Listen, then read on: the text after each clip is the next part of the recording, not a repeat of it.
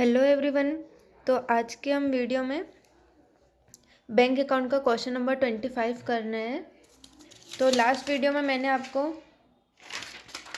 Profit and loss account का बता दिया था कि स्पेसिमेन उसका कैसे बनेगा, कैसे बैंक अकाउंट्स जो बैंक वाले हैं वो प्रॉफिट एंड लॉस अकाउंट का कैसे बनाते हैं। ठीक है, तो ये फॉर्मेट है। ठीक है, इसको आप एग्जाम में, जैसे कि मैं 25 नंबर का क्वेश्चन नंबर स्टार्ट कर रही हूँ। ठीक है, तो यहाँ पे मैंने क्वेश्चन नंबर 25 लिख दिया। उसके बाद प्रॉफिट एंड लॉस अकाउंट, अगर यहाँ पे फॉर्म बी बोल रहा है और प्रॉफिट एंड लॉस अकाउंट दोनों सेम ही होते हैं। ठीक है, आपको फॉर्म बी प्रिपेयर करने के लिए बोले या प्रॉफिट एंड लॉस अकाउंट, तो दोनों सेम ही होंगे।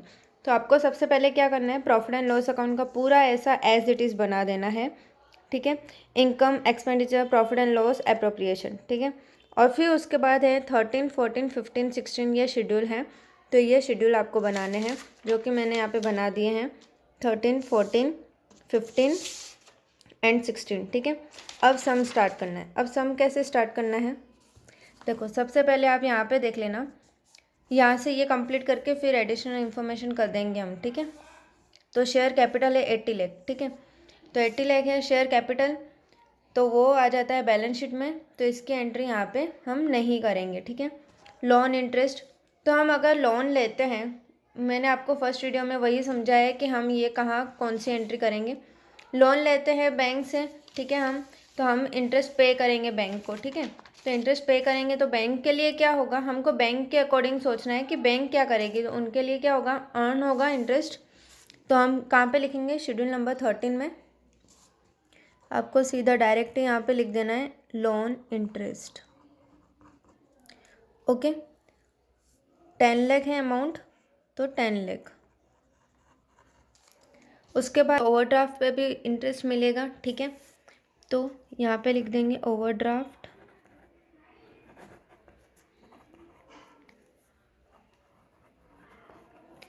उसकी अमाउंट है 3 लाख, तो यहाँ पे डायरेक्टली 3 लाख लिखना है। उसके बाद है कैश और क्रेडिट इंटरेस्ट। तो कैश और क्रेडिट क्या होते हैं, हम क्रेडिट पे लिया है, जैसे कि क्रेडिट कार्ड हो गया। ठीक है, तो उस पर भी हमको इंटरेस्ट देना पड़ेगा। ठीक है, तो ये भी कहाँ आ जाएगा, इंटरेस्ट अर्न में। बैंक में तो बैंक के लिए तो अर्न ही हुआ इंटरेस्ट।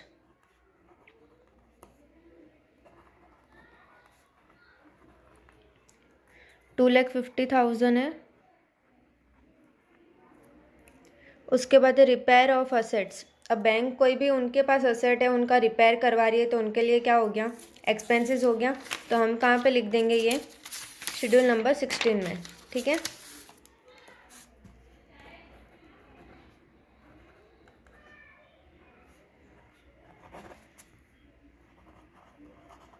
रिपेयर ऑफ असेट्स और 30,000।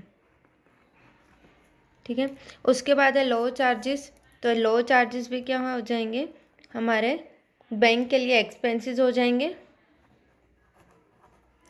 ठीक है, तो 50,000 वो भी हमने डायरेक्टली लिख दिया। उसके बाद है एडमिनिस्ट्रेटिव एक्सपेंसेस हैं 80,000, तो वो भी यहाँ पे आ जाएगा एडमिनिस्ट्रेटिव एक्सपेंसेस 80,000। उसके बाद है ऑडिट फीस। तो ऑडिट फीस भी मैंने आपको बताई थी, हमको फ़ीस पे करनी है बैंक को। ठीक है, ऑडिट की फ़ीस देनी है, तो वो एडमिनिस्ट्रेटिव एक्सपेंसेस में, ऑपरेटिंग एक्सपेंसेस में ही आएगा। ओके, 30,000। उसके बाद है, उसके बाद डायरेक्टर फीस है। ठीक है, तो ये भी हमको डायरेक्टर को फ़ीस पे करनी है, तो डायरेक्टर फीस ये भी हमारा यहाँ पे आ जाएगा 50,000 ऑपरेटिंग एक्सपेंसेस में। Interest on fixed deposit, fixed deposit, fixed deposit कौन करता है, हम लोग ही करते हैं, है ना। तो बैंक को क्या करना पड़ता है, हमको इंटरेस्ट देना पड़ता है ना। तो ये कहाँ पे आ जाएगा, इंटरेस्ट एक्सपेंडेड में। ठीक है, ये मैंने आपको लास्ट वीडियो में समझा दिया है, आप वो देख सकते हो। यहाँ पे मैं लिख दूँगी interest on fixed asset deposit.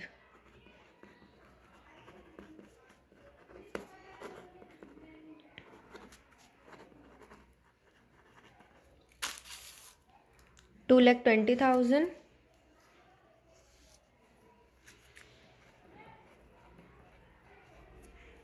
उसके बाद है interest on saving deposit, interest on current deposit, दोनों ही हमारे कहाँ पे आ जाएंगे, इसी में, ठीक है, शेड्यूल नंबर 15 इंटरेस्ट एक्सपेंडेड में, क्योंकि इन दोनों पे भी इंटरेस्ट हमको बैंक देगी, ठीक है, हमको पे नहीं करना है, बैंक देगी, तो बैंक के लिए एक्सपेंड हुआ 1,10,000 और 8,000।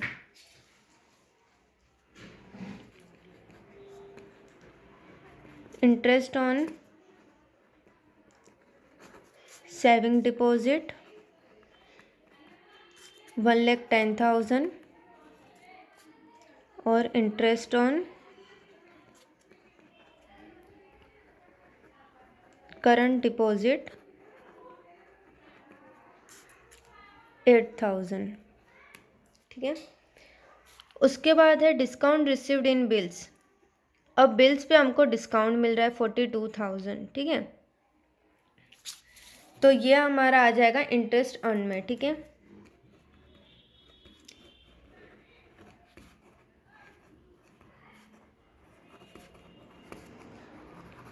अब इसके आपने अगर छोटे सम किए होंगे इसके शॉर्ट सम्स, तो आपको पता होगा कि डिस्काउंट, जब भी डिस्काउंट रिसीव्ड इन बिल्स होता है तो उसमें ओपनिंग प्लस करते हैं और क्लोजिंग माइनस करते हैं, ठीक है।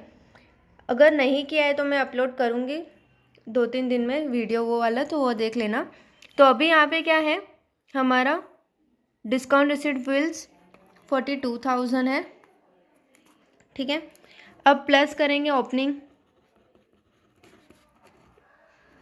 अब ओपनिंग कितना है, रिबेट ऑन बिल्स डिस्काउंट उसके नीचे ही दिया हुआ है, कभी कभी बीच में दिया हुआ होता है, तो वो याद रखना। रिबेट ऑन बिल डिस्काउंट देखो 1/4/2011 है, और यहाँ पे हमारी डेट क्या है 31/3/2012, ठीक है। मतलब ये हमारा ओपनिंग हुआ, तो ओपनिंग यहाँ पे प्लस करना है, तो हम यहाँ पे 8,000 प्लस कर दूँगी, ठीक है। उसके बाद माइनस करना है closing balance of rebate on bills. तो यहाँ पे देखो अदर पर्टिकुलर्स में दिया हुआ है the balance of rebate on bill discounted as on 31/3/2012 है, जो कि 10,000 दिया हुआ है, और डेट देख लो यहाँ पे 31/3/2012 है, मतलब ये क्या है, क्लोजिंग है, तो ये हमारा यहाँ पे 10,000 कर देंगे। 42 और 850 माइनस 10,000, तो 40,000 यहाँ पे आपका आ जाएगा, ठीक है। उसके बाद है credit balance of P&L account, तो ये मैं आपको बाद में बताती हूँ, ये वाली पॉइंट, ठीक है। उसके बाद है bank charges and commission record from customers, तो बैंक चार्जेस और कमीशन कस्टमर से उनको मिला है, किसको, बैंक को मिला है, तो अदर इनकम में आ जाएगा। बैंक चार्जेस एंड कमीशन, देखो कमीशन आप बोलोगे कमीशन तो हमको मिल भी सकता है और हम दे भी सकते हैं, पर यहाँ पे क्या लिखा है, फ्रॉम कस्टमर्स लिखा हुआ है, मतलब ये इनकम है, अदर इनकम में आएगा। अगर पे करना के बारे में कुछ लिखा हुआ होता कि फॉर पेड, तो हम यहाँ पे ऑपरेटिंग एक्सपेंसेस में लिखते हैं शेड्यूल नंबर 16 में, ठीक है। उसके बाद है सैलरीज एंड अलाउंसेस, तो सैलरीज तो अभी पे करेगी ही बैंक, ठीक है, तो ये किस में आ जाएगा, ऑपरेटिंग एक्सपेंसेस में, सैलरीज एंड अलाउंसेस 1,30,000। उसके बाद है rent of self deposit vault, rent self deposit vault, तो जो लॉकर्स प्रोवाइड करती है बैंक हमको, तो उसके क्या लेती है, वो रेंट लेगी, ठीक है, तो वो भी क्या होगा, उनके लिए प्रॉफिट होगा, अदर इनकम आएगी ना, तो रेंट ऑफ सेल्फ डिपॉजिट, यहाँ पे मैंने कमीशन की रकम नहीं लिखी है, अमाउंट 55,000 और वॉल्ट की है 52,000, ओके। उसके बाद है rent and taxes paid, paid लिखा हुआ है, तो सीधा यहाँ पे हमारा एक्सपेंसेस में आ जाएगा।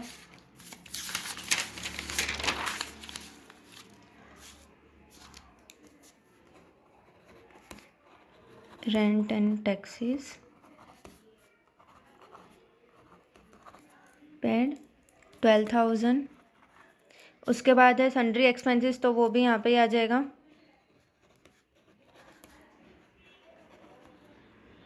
18,000। उसके बाद है सन्ड्री इनकम 10,000। तो ये आपको पता चल ही गया होगा कौन से शेड्यूल में आएगा, शेड्यूल नंबर 14 में अदर इनकम्स में, ठीक है। पूरा लिखा ही हुआ है सन्ड्री इनकम 10,000, ठीक है। अब हमारा यहाँ पे सम होता है कंप्लीट, सारे हमारे हो गए, इनकम्स तक हो गया और अदर पर्टिकुलर्स में हमारा फर्स्ट भी हो गया। अब सेकंड और थर्ड बाकी है। तो पहले क्या करना पड़ेगा, सेकंड और थर्ड देख लो, मैं बता देती हूँ। 20,000 बैड डेप्ट हैं और 50,000 टैक्सेस हैं, ये हमको पे करना है। तो ये डायरेक्ट प्रोविजंस में आ जाएंगे, जो भी टैक्सेस होते हैं तो वो प्रोविजंस में आ जाएंगे, ठीक है। प्रपोज रिटर्न इज 10%, तो प्रपोज रिटर्न करना है 10% का, वो भी आपका PNL में अकाउंट में आ जाएगा। तो सबसे पहले हम इसको बंद कर लेते हैं सारे हमारे शेड्यूल्स को। तो यहाँ पे इसका टोटल करोगे तो आएगा 15,90,000, ठीक है। उसके बाद इसका टोटल करोगे तो इसका आएगा 1,17,000, ठीक है। उसके बाद है शेड्यूल नंबर 15, तो इसका है 3,38,000 और हमारा ऑपरेटिंग एक्सपेंसेस का है 4 लाख।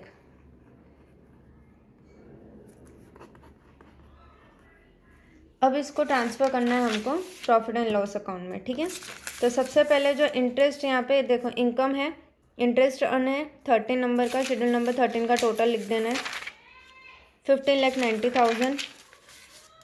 तो वो यहाँ पे लिख दिया 15,90,000। अदर इनकम हमारी कितनी है 1,17,000, 1,17,000। यहाँ पे इन दोनों का टोटल कर देना है 15 नंबर का 3,38,000 और 16 का 4 लाख, ओके।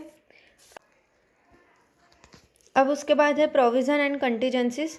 तो यहाँ पे मैंने जैसे कि आपको बताया 20,000 बैड डेप्ट है और 50,000 हमारा टैक्सेस है, यहाँ पे वो हमको प्रोवाइड कर रहे हैं, ठीक है। तो ये हमारे प्रोविज़न हो गए। तो यहाँ पे बैड डेप्ट 20,000 प्लस टैक्सेस 50,000, दोनों का यहाँ पे प्लस हो जाएगा, तो आपका यहाँ पे आ जाएगा 70,000, ठीक है। उसके बाद इसका भी यहाँ पे टोटल कर देना है। उसके बाद प्रपोज रिटर्न इज 10%, ये बचा है, ये आपको याद रखना, ठीक है। अब उसके बाद है प्रॉफिट एंड लॉस अकाउंट। अब प्रॉफिट एंड लॉस अकाउंट है, नेट प्रॉफिट यहाँ पे लिखा हुआ है, नेट प्रॉफिट हो या नेट लॉस हो for the year. For the year का मतलब होता है कि करंट ईयर, ठीक है। आप यहाँ पे करंट ईयर भी लिख सकते हो अगर आपको याद होता है तो। और प्रॉफिट और लॉस ब्राउट फॉरवर्ड, तो ये मैंने आपको लास्ट वीडियो में बताया था कि ये क्या है, लास्ट ईयर का फॉरवर्ड है, ठीक है। लास्ट ईयर आपने जो आपका है क्लोजिंग। अब नेट प्रॉफिट कैसे आएगा, 1 में से 2 माइनस करोगे तो टोटल आपका 1 है, इन दोनों का प्लस करना है, तो इन दोनों का प्लस आ जाएगा ये 70,07,000। उसके बाद सेकंड का ये तीनों का टोटल करना है आपको, तो 8,08,000। उसके बाद इन दोनों में से फर्स्ट में से सेकंड माइनस करना है, तो आपका आ जाएगा 8,99,000। अब ब्रॉड फॉरवर्ड, तो यहाँ पे देखो हमने एक स्किप किया था, credit balance profit and loss account का, ठीक है, 3 लाख वाला है ना। तो ये वाला हम यहाँ पे लिख देंगे।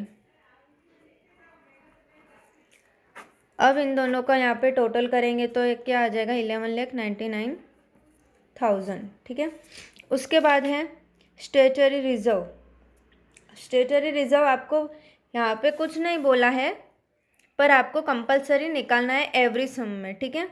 तो हर सम में आपको स्टेटरी रिजर्व निकालना है। अब वो कैसे निकालते हैं, तो यहाँ पे मैं आपको बता देती हूँ। नेट प्रॉफिट का 20%, ठीक है, ये आपको याद रखना है। नेट प्रॉफिट का 20% जो है वो स्टेट्यूटरी रिजर्व में जाएगा। तो नेट प्रॉफिट हमारा यहाँ पे क्या हुआ, देखो नेट प्रॉफिट करंट ईयर का 8,99,000, तो अब उसका 20% कर दोगे,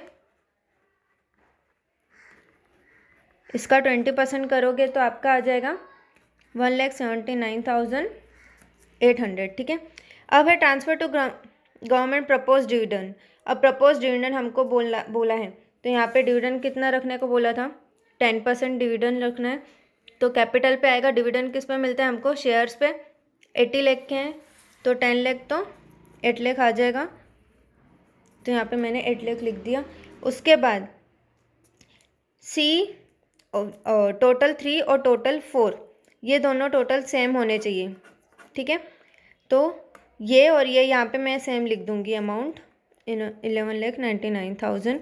अब ये दोनों का प्लस जो है वो इसमें से माइनस करोगे तो जो डिफरेंस आएगा वो आपका बैलेंस शीट में ट्रांसफ़र होगा, ठीक है। तो बैलेंस शीट में आपका यहाँ पे ट्रांसफ़र होगा 2,19,200, ठीक है। आई होप आपको ये वीडियो समझ में आया होगा।